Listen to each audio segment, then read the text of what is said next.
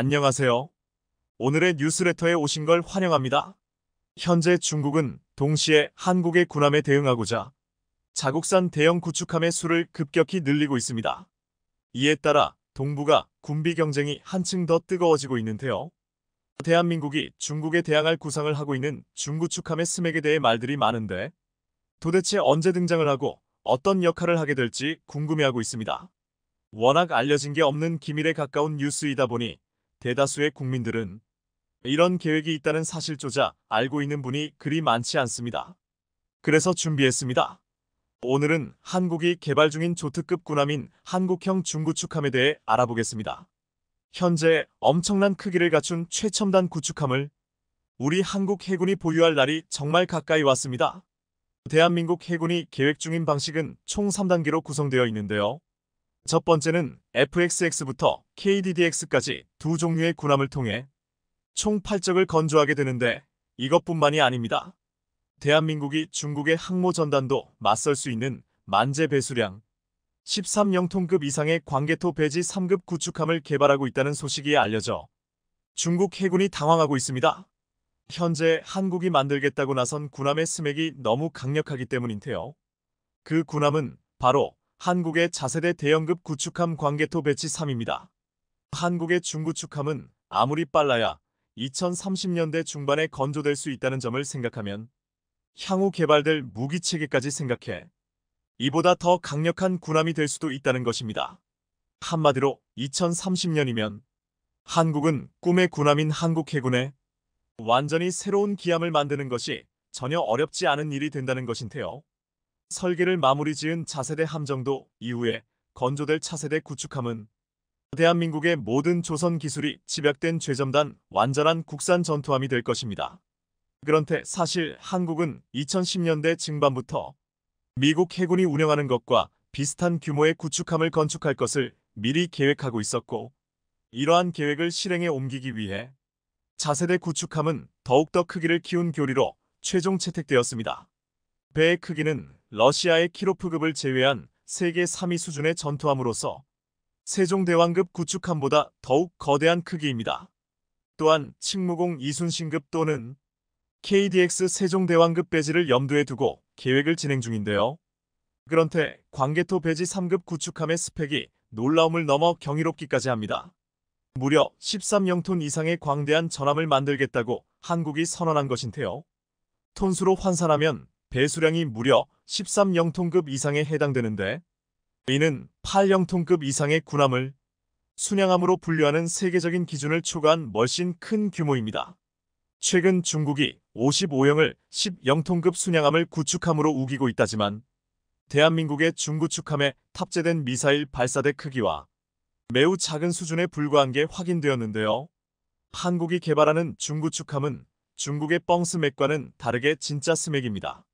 그래서 중국과 일본 언론 관계자들 사이에서는 한국이 중구축함이라 우기고 있는 함정이 전투 순양함이 아니냐며 의심의 눈길을 보내고 있는데요. 한국 해군은 엄청난 배수량을 바탕으로 발사관인 VLS를 장착해 탄도미사일 발사용 주력 함정으로 운용될 수 있을 것이라는 게 여러 전문가들의 분석입니다. 또한 한국형 중구축함은 미국 주말 특급의 우수한 스텔스 설계와 더욱 발전된 추진 체계 같은 장점만 따와서 우리만의 기술력을 바탕으로 개발될 예정입니다. 이 소식을 들은 중국 입장에선 비상 상황에 걸린 상황인데요. 중국 국영 언론인 황구시보에서는 한국이 중국을 위협할 수 있는 말도 안 되는 전함을 만들려고 한다면서 노발대발하고 있습니다. 중국과 일본을 비롯해 주변국에서 이런 주장을 펼치는 이유는 한국 해군의 배수량 측정법 때문인데요. 세계적으로 군함의 배수량은 탑재할 수 있는 화물을 최대한 탑재한 만재 배수량으로 측정합니다. 세계 최강의 해군을 가진 미국 역시 이 방식을 사용하는데요. 그런데 한국은 유독 경하 배수량을 사용합니다. 경하 배수량은 만재 배수량과 정반대로 배에 실을 수 있는 화물을 모두 비운 상태에서 배수량을 측정하는 방법인데 당연히 둘 사이의 격차는 어마어마한데요. 우리 해군이 7,600톤급 구축함이라고 주장하는 세종대왕급의 만재 배수량이 10영톤급이 넘는 이유도 바로 이 경하 배수량을 기준으로 했기 때문입니다. 그리고 바로 이 부분이 중국과 일본이 주목하고 있는 것인데요. 한국이 만들겠다는 10영톤급 중구축함은 만약 경하 배수량을 측정한다면 함정의 만재 배수량은 13영톤급을 가뿐히 넘을 것이라고 주장하고 있습니다. 그리고 이 정도 크기의 군함은 통상적으로 순양 전함 또는 전투 순양함이라 불립니다. 이렇게 전함의 크기가 커진 이유는 오로지 목적이 탄도미사일 발사와 화력에 집중했기 때문인데요. 그런데 한국이 개발하는 중구축함이 그토록 위력적이라는 미 해군의 중구축함을 뛰어넘을 수 있다는 것입니다. 한마디로 중국으로서는 대한민국의 중구축함 계획만 들어도 경계하지 않을 수 없는 무시무시한 전력이라는 것입니다. 톤이 한국인의 톤성상 이미 어느 정도 결정을 내리고 충분한 연구를 통해 따져본 뒤 선행 연구를 하겠다고 발표했을 것이 확실하기 때문인데요. 실제로 최근 대한민국이 건조 중인 신형 군함들의 건조 일정을 보면 철저한 계획 하에 무섭도록 빠른 속도로 기술을 축적하고 있다는 사실을 알 수 있습니다. 뿐만 아니라 무장 탑재량 역시 아스널10에 버금갈 것으로 예상됩니다. 광개토 배지 3는 한국이 발표한 KDDX의 뒤를 이어 개발될 예정이던 한국형 중구축함으로 그 시작은 과거 선행 연구에 관한 공고가 있었던 차세대 구축함인데요. 선행 연구가 진행됐다는 것은 한마디로 군이 실제 건조와 보유를 염두에 두고 진지하게 사업을 추진 중이라는 뜻입니다. 당시 공개한 구축함의 대략적인 목표는 주말 특급에 준하는 13영톤급 이상의 구축함을 한국이 직접 건조한다는 것이었습니다.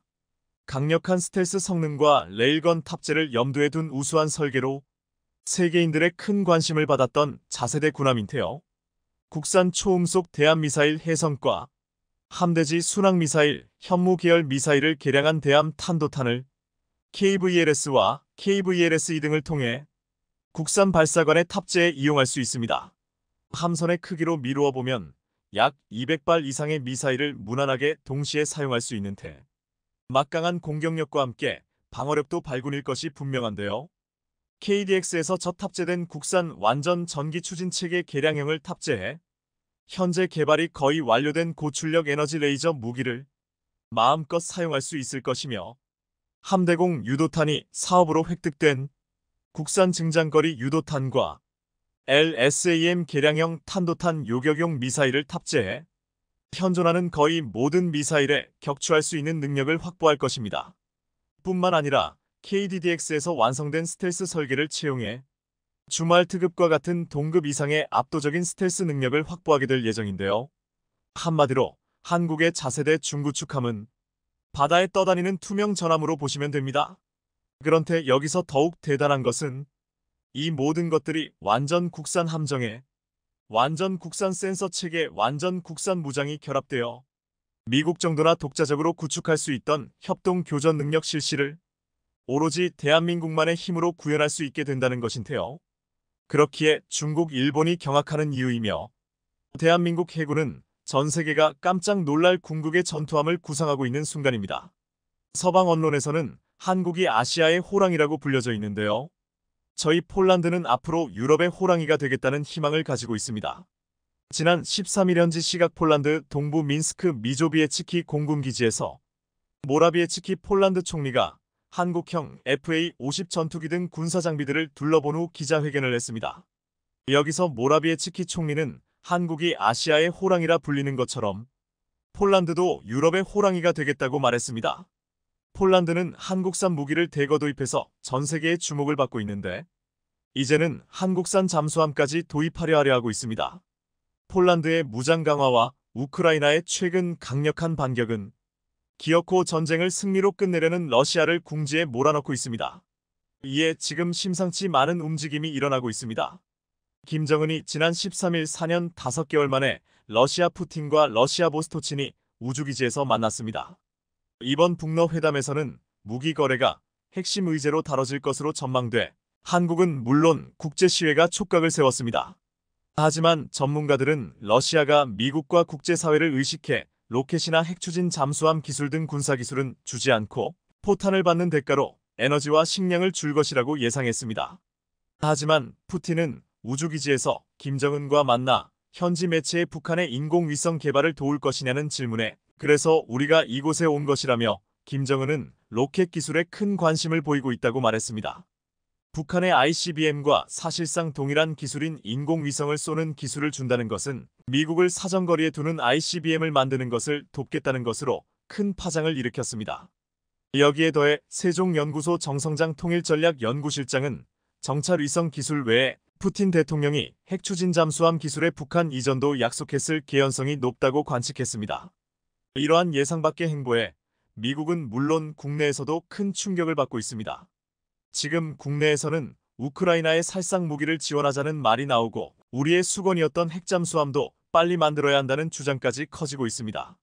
이런 가운데 지금 폴란드에서 그동안 감히 상상도 하지 못했던 엄청난 미사일을 장착한 한국산 무기를 도입한다고 해서 주목되고 있습니다.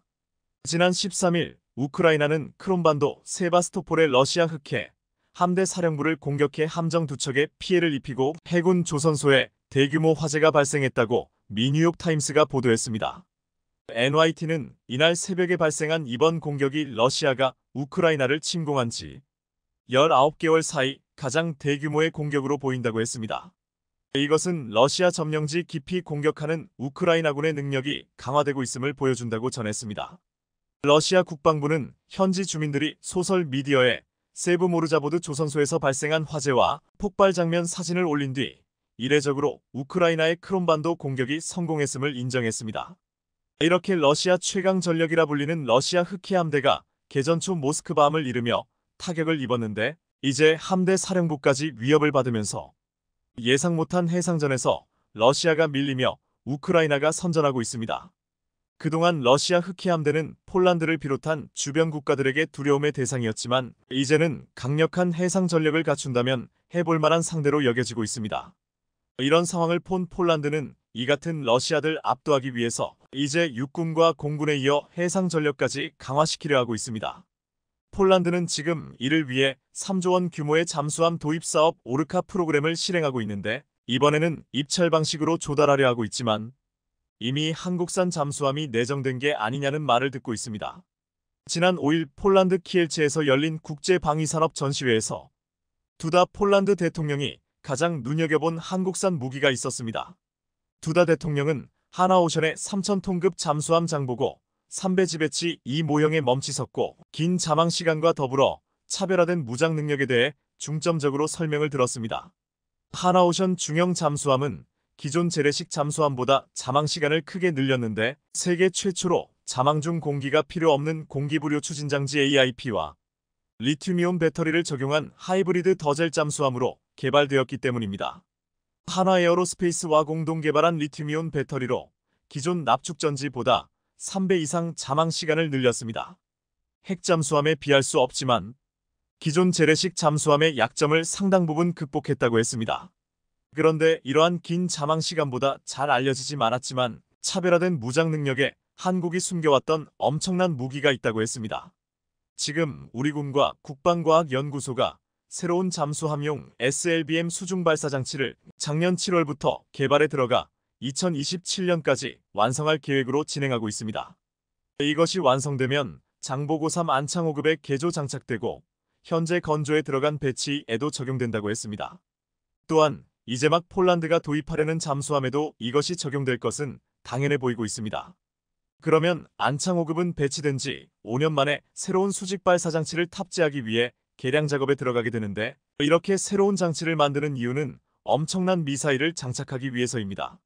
현재 안창호급이 운용 중인 현무사 4 SLBM은 길이 10cm, 직경 90cm, 발사 중량 5.4톤, 사거리 500km, 탄두 중량 1톤 이경량 SLBM입니다. 하지만 신규 개발을 공고한 수중발사장치는 발사 중량 최소 10톤 이상으로 2배 이상 커졌습니다.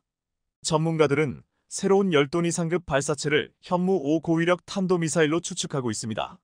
새로운 수중발사장치 발사 중량이 최소 10톤 이상이면 안창호함의 수중발사장치 중량의 2배 이상 커지므로 현재 운용 중인 현무사 44SLBM보다 최소 2배 이상으로 커질 것은 확실하다고 보고 있습니다. 현무5는 탄도 중량 8톤급의 미사일 총 중량 36톤 미사일 길이 16, 18m로 추정되고 있습니다. 이번에 폴란드 국방전시회에서 공개된 장보고 3의 수직발사관 모형을 보면 3개층 중 맨 위층까지에 설치되어 있는데 수직발사 장치를 키운고 한 배치를 바꾼다면 그 밑층인 2층까지 사이즈를 키울 수 있을 것으로 보고 있습니다. 그렇게 되면 대략 20M 정도 되는데 여기에는 현무 5 미사일을 달 수 있는 공간이 나오게 됩니다. 또한 전문가들은 기존 안창호함도 수직발사관 수를 줄이는 개조를 거치면 운용할 수 있을 것이라고 했습니다. 게다가 전문가들은 모의 발사체 모양과 두꺼운 직경을 보고 북극성 3이나 미국 포세이돈 같은 장거리 SLBM 형태일 수도 있다고 분석하고 있습니다. 미국 포세이돈 미사일은 최대 사정거리 가사 1600km에 달하고 북극성 3는 500kg짜리 핵탄두를 탑재할 경우 최대 2200km을 날아갈 수 있을 것으로 보고 있습니다. 현재 군과 국과연의 새로운 중대형의 수중수직 발사관 시제 개발 공표가 났기에 앞으로 새로운 중형의 SLBM-2 만들어져 장착되는 것은 기정사실이 되고 있습니다. 이것은 SLBM을 장착한 한국산 잠수함에 10톤이 되는 현문호 괴물 미사일이 들어가게 되는 것인데 폴란드는 이러한 한국의 계획을 알고서 한국산 잠수함을 내정해 두었다는 설이 설득력을 얻고 있습니다. 이번에 러시아가 북한에 위성 기술과 핵잠수함 기술까지 준다는 보도가 나오자 이를 견제하거나 막을 수 있는 국가는 중국밖에 없다고 말하고 있습니다. 러시아가 결국 주지 않을 것이라는 분석도 많지만 만약에 이 기술이 북한에 간다면 한국도 무장을 강화할 수 있는 명분을 얻게 되는데 중국으로서는 이들 막고 싶어 할 것이라는 것입니다. 중국 소우닷컴은 지난 7월 한국이 괴물 미사일을 개발했는데 지하 100m의 요새도 뚫는다고 한다라는 제목의 기사를 게재했습니다. 이 매체는 외신에 따르면 한국이 현무 5 미사일 개발을 완료했고 2023년 말부터 양산에 돌입하여 연간 최대 70발 정도 생산할 예정이라고 보도했습니다. 또한 해당 미사일은 현재 개념 설계가 진행 중인 아스널 쉽 일명 합동화력함에 장착될 예정이라고도 했습니다. 또한 북한의 지하 지휘소나 미사일 발사대를 타격하기 위해 고안된 현무5는 지하 100m 깊이의 요새도 타격할 수 있다고 하며 현무5가 실전 배치되면 북한의 핵을 포함한 미사일 공격을 방어하고 공격을 가하는 한국형 삼축 체계의 실제 전투력이 훨씬 증대될 것으로 예상된다. 라고 우려했습니다. 이 매체는 현무5가 실제로 8톤의 탄두를 탑재한다면 다른 단거리, 중거리 탄도 미사일들보다 훨씬 탄두 중량이 큰 비정상적 형태인데 현무5의 종말 단계의 속력을 최소로 잡아도 초당 1800m이니 한국의 고체 연료 로켓 수준이 더 높다면 사거리가 500km에 이르거나 그 이상일 수도 있다고 분석했습니다.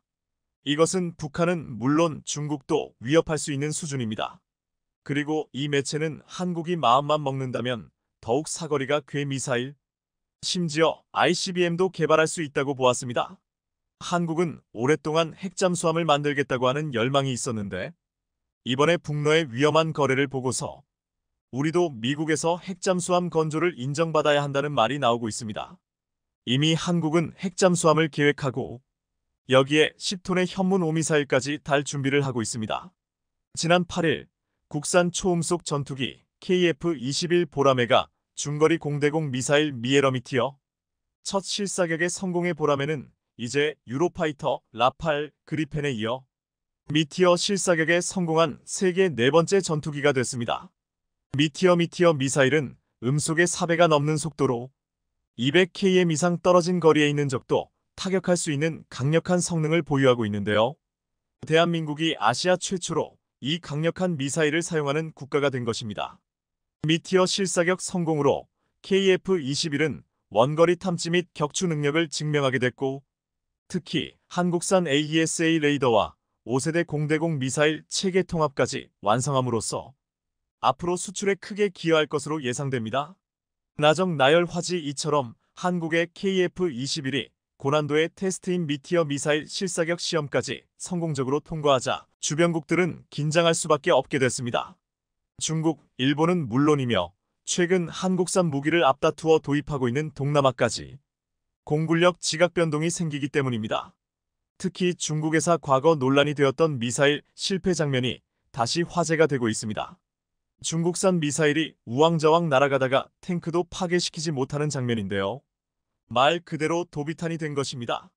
네티즌들은 중국산 미사일은 짜여진 환경에서 진행되는 테스트 중에도 도비탄이 된다며 실수를 금치 못했습니다. 그런데 KF-21이 고난도 테스트를 하나하나 통과하면서 더욱 더 막강해지는 모습을 보면서 초조해하는 나라가 있습니다. 바로 인도네시아입니다. 방산 전문가들은 KF-21 보라매의 탄생은 앞으로 대한민국 영공 수호를 책임질 새로운 플랫폼이 탄생했다는 뜻이라고 말합니다. 그럴 리는 없다고 생각하지만 만에 하나 KF-21 보라매가 FA-50 파이팅 이글만큼의 수출 효자가 되지 못한다 하더라도 KF-21 보라매는 성공한 프로젝트일 수밖에 없는 이유가 바로 여기에 있습니다. 한국이 KF-21 보라매를 갖게 된 것은 단순히 전투기를 하나 만든 것이 아니라 우리가 만든 각종 항전 장비나 무장들을 자유롭게 시험하고 장착할 수 있는 기반, 즉 플랫폼을 보유하게 되었다는 뜻이기 때문입니다. 한국이 국산 차세대 전투기 KF-21 보라매를 통해 미티어 미사일 및 아이리스 TIRIS-T, AIM-2000 단거리 공대공 미사일 무장 테스트를 끝마치며 성공적인 전투기 개발에 한층 가깝게 달려가는 모습을 보여주자 인도네시아 언론들은 그 어느 때보다 호의적인 반응을 보이고 있습니다. 한동안 프랑스 다쏘 라팔러페일이나 미국 F-15의 도입에 정신이 팔려있던 일부 인도네시아가 KF-21 보라매가 탑재하게 될 무장의 종류와 성능에 대해 다시금 놀라움을 표하고 있다는 사실을 알 수 있는데요. 최근 조너 저카터 등 인도네시아 매체들은 KF-21의 화력은 중국 항모도 격침시킬 수 있다며 호들갑을 떨고 있습니다. 인도네시아 매체 조너 저카터의 보도에 따르면 인도네시아와 대한민국에 의해 개발 및 생산되는 KF-21 보라매 전투기의 위력이 중국을 두려움에 떨게 만들기에 충분할 것으로 보인다. 치명적인 첨단 무기들이 다수 장착된 KF-21 보라매 앞에서 어떻게 중국이 겁에 질리지 않을 수 있겠는가? KF-21 보라매는 최근 연달아 시행된 무장분리 테스트를 성공적으로 수행해냈다. 최근 남해 상공을 비행하고 있던 초음속 전투기 KF-21 보라매 시제기 날개에서 미사일 하나가 발사되어 일직선으로 날아가는 모습이 목격되었다. KF-21 보라매는 마하 3의 속도로 최대 25km 거리에 있는 목표물까지 격추시킬 수 있는 단거리 공대공 미사일 AIM-2000을 성공적으로 발사한 것으로 알려졌다. 그런데 여기에서 더 나아가 한국이 미티어 미사일 실사격 훈련까지 통과하자 공동개발국이라는 타이틀을 어떻게든 유지하고픈 속내를 감추지 않고 있습니다. 조너 저카터의 보도 내용입니다. 항공 전문지 AVIACIONLINE 2023년 4월 5일 보도한 바에 따르면 KF-21 보라매에서 성공적으로 발사된 미사일은 독일에서 개발된 단거리 공대공 미사일 IRIS-T이며 나토엔티오식 분류 코드로는 AIM-2000이라고 불리는 미사일이다. AIM-2000 IRIS-T는 미티어 시계 외 공중전용 장거리 공대공 미사일과 함께 KF-21 보라매의 주력 미사일을 구성하고 있다. IRIS-T는 현재 여러 종류의 전투기에 널리 사용되고 있는 미사일이다. 대한민국은 자신들이 개발한 최신 4.5세대 전투기 KF-21 보라매의 IRIS-T를 사용할 계획이다. IRIS-T의 특징은 우수한 기동성과 마하 3에 이르는 빠른 속도에 있다. 거기 더해 IRIT의 사정거리는 최대 25km까지 늘어날 수 있을 뿐만 아니라 매우 정교한 성능의 적외선 탐색기 시커와 추력 방향 제어 기능을 탑재하고 있다. 앞서 2023년 3월 KF-21 보라매는 공중전 BVR을 위한 장거리 공대공 미사일 미티어 분리 테스트에도 성공한 바 있다. KF-21 보라매는 강력한 위력을 지닌 미사일들에 대한 테스트를 모두 성공시킨 것이다. 그러면서 인도네시아 매체는 한국이 개발한 AESA 레이더의 성능에도 주목합니다. 전투기의 눈이라고 할 수 있는 한국산 AESA 레이더의 성능은 중국제나 러시아제보다 더 우수한 것으로 판단되고 있다. 국방과학연구소에 의해 개발되고 한화에 의해 생산되고 있는 국산 AESA 레이더 덕분에 KF-21 보라매는 북한 전투기들뿐만 아니라 중국과 러시아 전투기들보다 먼저 보고 먼저 미사일을 발사할 수 있다. 그런데 인도네시아와 대한민국이 만든 KF-21 보라매가 중국의 전투기보다 우수한 부분은 단지 AESA 레이더에 한정되지 않는다. 2022년 7월 초도 비행에 성공한 KF-21 보람에 통합될 공대지 공격용 폭탄과 무장들도 남다르다. 한국의 국방과학연구소 ADD는 GBU-31 합동직격탄 JDAM 같은 GBU 타입의 미국산 폭탄들과 한국형 GPS, 정밀 유도폭탄 KGB, 천룡 장거리 공대지 미사일 ALCM 등을 포함한 다양한 공대지 무기를 개발 중이라고 밝혔다. 최대 500km 떨어진 목표물을 족집게처럼 정밀 타격할 수 있는 천룡 장거리 공대지 미사일은 뿐만 아니라 대한민국과 인도네시아가 만든 KF-21 보라매에는 고슴도치의 날카로운 가시 같은 무기들도 장착되는 것으로 전해졌다. 항모킬러 초음속 공대함 순항 미사일이 KF-21 보라매에 장착될 예정인 것이다. 군사 전문가들은 KF-21 보라매의 진정한 가치는 한국형 독침을 마음대로 장착할 수 있다는 점에 있다고 지적한다. 이러한 한국형 독침에는 초음속 공대함 미사일과 극초음속 미사일 그리고 한국형 상승단계, 대탄도 요격 미사일 등이 포함된다. 한반도에 예기치 못했던 안보상 위기가 발생할 경우 KF-21 보라매에서 발사된 한국형 초음속 공대함 미사일은 중국이나 러시아 같은 지역 강대국들의 항공모함 및 수상 전투함들을 침몰시킬 수 있는 위력을 지니고 있다. 대한민국이 개발한 이 초음속 공대함 미사일은 음속의 3배 속도, 즉 마 3옥은 그 이상의 속도로 고속 비행이 가능하고 수면 위로 낮게 비행할 수 있는 능력을 지니고 있어 탐지와 요격이 어렵다는 특징을 지니고 있다. 거기 더해 2030년 이전까지 개발될 예정인 한국형 초음속 공대함 미사일의 최대 사거리는 300km가 넘는 것으로 알려져 있다. 이렇게 인도네시아 매체는 한국과 인도네시아가 공동 개발한 KF-21이라는 표현을 꼬박꼬박 쓰면서 KF-21의 성능과 탑재 무기에 대해 자세히 설명하며 여전히 공동 개발국이라는 걸 강조하고 있습니다. 하지만 인도네시아와 공동 개발을 약속한 것은 공대공 능력만 갖춘 블록일까지입니다. 이 역시 분담금을 제대로 납부했을 때 이야기입니다. 조나 자카르타가 후반부에서 그렇게 강조한 상거리 500km의 전략 공대지 민사일 천룡 ALCM이나 공대함 이유도탄이라고도 불리는 초음속 공대함 미사일은 블록 2에서 통합이 됩니다. 즉 KF-21 블록 1 공동개발국으로서 진짜 혜택들을 누릴 수 없게 됩니다. 더구나 KF-21 보라매 블록이 단계부터 공동개발국으로 참여하고 싶다고 강력한 의사를 표시하고 있는 나라도 있는데 바로 폴란드입니다. 미국 디펜스 누즈가 지적했듯 인도네시아는 다수의 국가와 중구난방으로 방산 계약을 해왔던 관행 때문에 기술 이전과 물류 지원 측면에서 많은 어려움을 겪고 있는 상황인데요. 라팔과 F-15의 비효율적인 도입으로 공군에 배정되는 예산은 그야말로 밑 빠진 독에 물 붓기처럼 사라져버릴 것이며 그 결과 KF-21 보라매 블록기에 투자할 여력은 거의 없을 것으로 예상됩니다. 따라서 여러 정황상 KF-21 보라매 블록기에서 인도네시아의 입지는 극히 불투명해질 가능성이 높습니다. 그런데 인도네시아는 섬이 많은 도서국가입니다. KF-21 보라매를 공대함, 공대지 공격이 가능해지는 블록이 단계의 업그레이드 과정은 필수라고 볼 수 있지만 폴란드가 블록이 공동개발국 지위를 획득하게 된다면 인도네시아의 입지는 좁아질 수밖에 없을 것입니다. 더구나 한국산 무기의 성능은 이미 합동훈련에서 증명되고 있습니다. 남중국해 한가운데 떠있는 퇴역함을 향해 미사일과 포탄이 일제히 떨어집니다.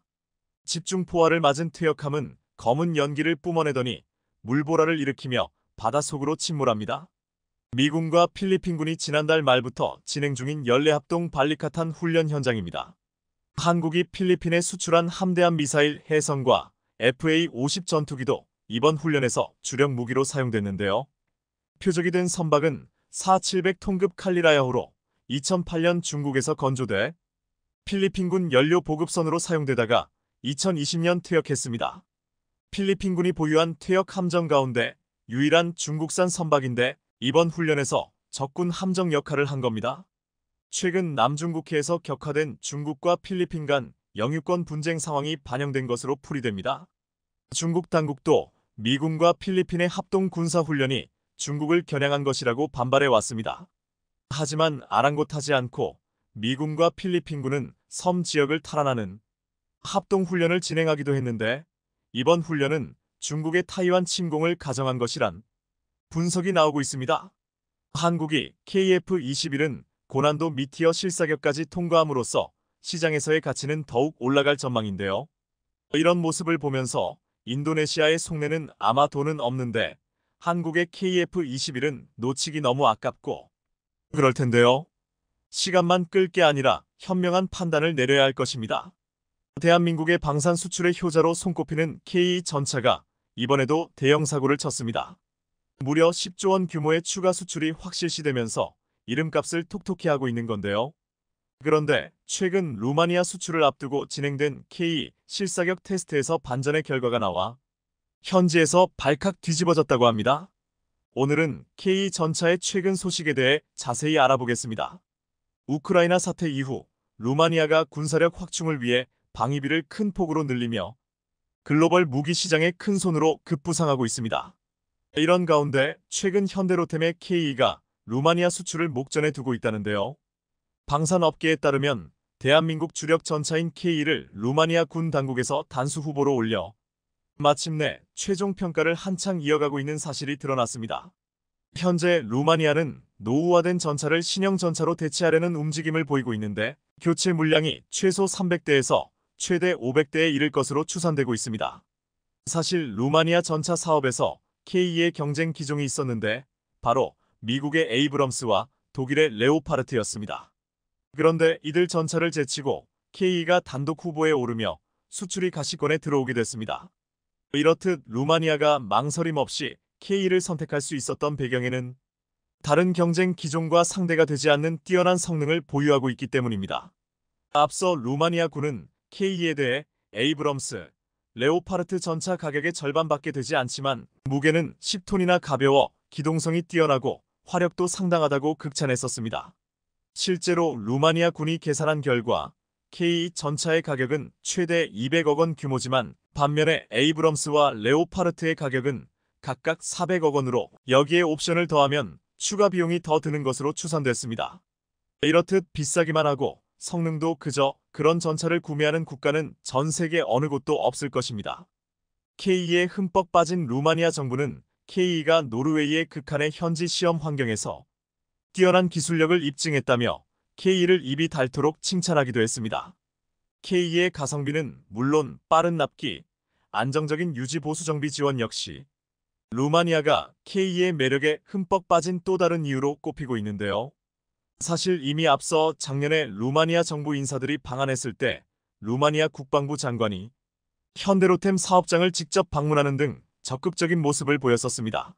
앞서 루마니아 정부는 K9 자주포와 더불어 K10 탄약 운반 장갑차를 총 1조 원 넘게 싹쓸이 해가는 등 이번 KE 수출까지 더하면 루마니아가 지상군 무기 체계를 한국산으로 모두 바꿀 모습인 듯 싶습니다. 여기에 더해 최근 KE 실사격 테스트 결과에 대해 루마니아를 비롯한 전 세계 방산 관계자들이 놀라움을 감추지 못하며 발칵 뒤집어지는 일이 있었는데요. 작년에 폴란드를 휩쓴 KE 전차는 그동안 수차례에 걸쳐 현지에서 실사격 테스트를 거치면서 엄청난 화력과 명중률을 자랑하는 등 실전에 강한 명품 전차임을 다시 한번 입증시켰습니다.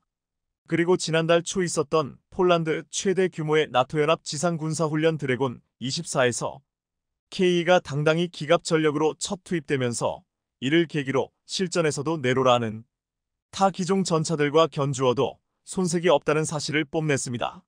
오히려 처음으로 투입된 KE가 레오파르트 등 서방 전차들 사이에서 성능이 가장 뛰어나다는 평가를 받는 등 미친 존재감을 한껏 드러냈습니다. 이런 상황에 대해 한 군사 매체는 동유럽의 험난한 지형에서 유일하게 주행할 수 있었던 건 KE밖에 없었다며 현지 군사 전문가들도 KE를 최고 성능을 보유한 전차로 꼽았다고 분위기를 전했습니다. 폴란드 군사 매체 디펜스 24도 당시 KE를 운용했었던 폴란드 부대를 방문해 인터뷰를 진행했는데 과거에는 경험할 수 없었던 차원이 다른 성능이라고 극찬하는 폴란드 군의 이야기를 생생하게 담았습니다. 이렇듯 KE가 실전에서 성능을 인정받는 등 나토 국가들로부터 엄청난 호평을 받으면서 전차 도입을 염두에 두고 있는 국가들의 이목을 끌고 있는 상황인데요. 이런 가운데 최근 루마니아가 KE 도입을 앞두고 현지에서 본격적인 테스트를 실시할 계획으로 알려지면서 또 한 번의 수출 잭팟이 예상되고 있습니다. 지난 7일 온라인 군사 매체 아미 레코그니션은 다음 달 10일부터 일주일간 루마니아 현지에서 K 야전 및 사격 시험을 실시할 예정이라고 보도했습니다. 이는 우리나라와 루마니아 군 관계자, 현대로템 실무자들이 모두 참관하는 자리로 사실상 루마니아 수출을 위한 마지막 관문이라는 평가입니다. 앞서 우리 군 고위 관계자도 K의 루마니아 첫 현지 실거리 사격 테스트 일정이 확정됐다며 다음 달에 있을 시험이 잘 마무리되면 좋은 소식이 있을 것이라고 귀띔했습니다. K가 루마니아에서 실사격하는 건 이번이 처음으로 실제로 궤도 장비의 현지 실사격은 계약 체결 전에 무기 성능 평가를 위해 거치는 사실상 마지막 단계입니다. 때문에 이번 사격 결과에 따라 K 계약 금액과 대수 등 수출 규모와 시점이 구체화될 거라는 게 군사 전문가들의 견해입니다. 앞서 루마니아는 작년 7월 우리 국방부에게 자국의 군 현대화를 위해 300대의 K 전차가 필요하다고 이야기했었는데 이번 테스트 결과에 따라 수출 규모가 더 확대될 수도 있을 것으로 보입니다. 특히나 이번 야전 및 사격 시험은 단순한 장비 평가 절차뿐 아니라 루마니아와 한국 간 방산 계약 내용을 마무리하는 중요한 단계가 될 거라는 관측이 나오는 만큼 매우 중요합니다. 현재 현대로템의 루마니아 K 수주 목표 물량은 약 500대, 우리 돈 약 10조 원 전후로 알려져 있으며 이번 테스트가 잘 마무리된다면 단발성에 그치는 것이 아닌 지속적인 협력이 있을 것으로 보입니다. 여기에 더해 동유럽 시장에 K 수출 물꼬를 트게 한 폴란드에서도 여전히 K에 대한 엄청난 관심이 사라지지 않고 있다는데요. 현대로템이 폴란드와 820대 규모의 K 추가 수출 계약을 남겨둔 가운데 폴란드 현지에서 K를 언제 더 들여올지 관심이 높은 상황입니다. 주요 외신에 따르면 최근 폴란드 군사 매체 관계자들이 현대로템 창원 공장을 방문해 K 생산 시설을 둘러보고 현대로템 고위 관계자와 만나 직접 K 추가 계약건에 대해 엄청난 질문을 퍼부었다고 합니다. 이 자리에서 현대로템은 K의 성능과 빠른 납기를 강조하면서 추가 계약을 위한 준비를 하고 있다고 강조했다고 하는데요. 앞서 현대로템은 2022년 7월 폴란드 군비청과 총 1000대 규모의 수출 기본 계약을 체결한 데 이어 불과 몇 개월 뒤 180대 규모의 1차 실행 계약을 맺고 최근까지 46대를 납품했습니다. 추가 계약에 대한 구체적인 이야기가 거론되진 않았지만 최근 폴란드 현지에서 K에 대한 관심이 높아지고 있어 추가 도입 소식이 임박했다는 평가가 나옵니다. 얼마 전 안제이 두다 폴란드 대통령도 한국으로부터 무기를 수입할 뿐만 아니라 폴란드에서도 생산하고 싶다며 특히 K가 그렇다고 언급하는 등 K에 대한 남다른 애정을 드러냈습니다. 실제로 현재 폴란드 내에서는 추가 계약 대상으로 꼽히는 성능 개량형 모델 KPL에 대한 관심이 매우 큰 상황인데 앞서 현대로템이 폴란드와 1차 계약을 맺은 180대는 KEGF였습니다. 폴란드 군사 매체 디펜스24에 따르면 KPL의 차체와 내부 구조는 기존 형태를 유지할 가능성이 크며 KEGF를 사용하는 폴란드 군의 의견을 반영해 개발될 전망입니다. 무장에는 브라우닝 M2 기관총의 한국형 파생형인 K6 대구경 기관총 또는 폴란드 현지 방산업체 GM 타르노프의 WKM-B 기관총이 장착될 것으로 보입니다. 또한 KPL에는 적군의 대전차 무기를 탐지하게 하는 하드킬 능동 방호 장치도 장착되는데 현대로템과 라파엘사가 공동 개발한 새로운 체계가 탑재될 가능성이 있습니다. 이 밖에도 원격 사격 통제 체계와 외부 장갑이 추가되며 전체 무게는 최대 65톤까지 늘어날 것으로 보입니다. 현대로템은 추가 계약 물량인 KPL 820대 중 500대를 폴란드에서 생산하고 일부 기술을 이전하는 방안을 제안하고 있는데요. 현재 KPL 공동 제작을 위해 컨소시엄 회원인 폴란드 방산업체 PGG, WGM과 생산 능력 구축과 기술 이전을 논의하고 있는 만큼 조만간 좋은 소식이 들려올 것으로 보입니다. 이렇듯 전 세계 각국에서 K를 향한 뜨거운 관심이 여전히 식지 않고 있는 건 K가 성공할 수밖에 없는 특별한 이유가 있기 때문입니다. 사실 우크라이나 전쟁을 계기로 동유럽 국가들에게 가장 큰 경종을 울린 게 바로 낡은 소련제 전차를 교체해야 필요성이었는데요. 이런 가운데 마침 폴란드를 비롯해 이들 동유럽 국가의 눈에 들어온 건 가성비가 뛰어난 K였습니다. 잘 아시겠지만 K는 지난 2014년부터 우리 육군에 배치되기 시작한 첨단 3세대 전차로 화력, 기동성, 방호 기술에서 세계 각국 군사 전문가들의 호평을 받는 등 이미 검증 과정을 마치며 신뢰도가 정평이 나 있습니다. K를 예의주시하던 폴란드가 한국에서 K를 대거 도입하기에 이르렀는데 실제로 폴란드와는 역대 최대인 1000대 규모의 K 구매 계약을 체결하는 놀라운 결과를 만들어냈습니다. 이런 와중에 한국은 2022년부터 폴란드에 K 전차 초도 물량 인도를 시작하는 등 빠른 생산과 납품 능력을 보여줌으로써 유럽 무기 시장에서 그야말로 라이징 스타로 발돋움했는데요. 그 영향력이 얼마나 대단한지 전차 강국으로 불리던 독일 전차를 유럽 시장에서 밀어내는 새로운 역사를 쓰기도 했습니다. 다만 지난 2월 노르웨이 사업 수주에서 K가 독일 레오파르트와 경쟁해서 아깝게 고배를 마셨지만 정치적인 이유가 크게 작용한 만큼 우리의 경우 손해본 장사는 아니었습니다. 그것도 그럴 것이 당시 노르웨이 정부로부터 K가 독일 전차의 성능이 동일하다는 공식적인 평가를 받았는데 기술력에서 독일 전차와 동등 이상임을 증명해내는 성과를 낸 겁니다. 당시 이런 노르웨이의 평가에 관심을 기울인 루마니아가 이번에 K 도입을 앞두고 있는 등 노르웨이 수주전을 계기로 K 수출 전망이 더욱더 밝아진 것으로 보입니다. 여기에 더해 동유럽권의 맏형격인 폴란드가 한국에서 K를 대거 도입하는데 예의주시해온 대표적인 국가가 바로 체코인데요. 체코 역시 레오파르트는 1980년대 중반 생산된 구소련 T-72와 유사한 구형 모델이라며 K가 이를 대체할 차선책으로 급부상하고 있다고 평가하는 등 K에 남다른 애정을 보이고 있는 중입니다. 세계 방산 시장에서 존재감을 키우고 있는 K의 질주가 과연 언제까지 이어질지 관심 있게 지켜보겠습니다. 시청해주셔서 감사합니다.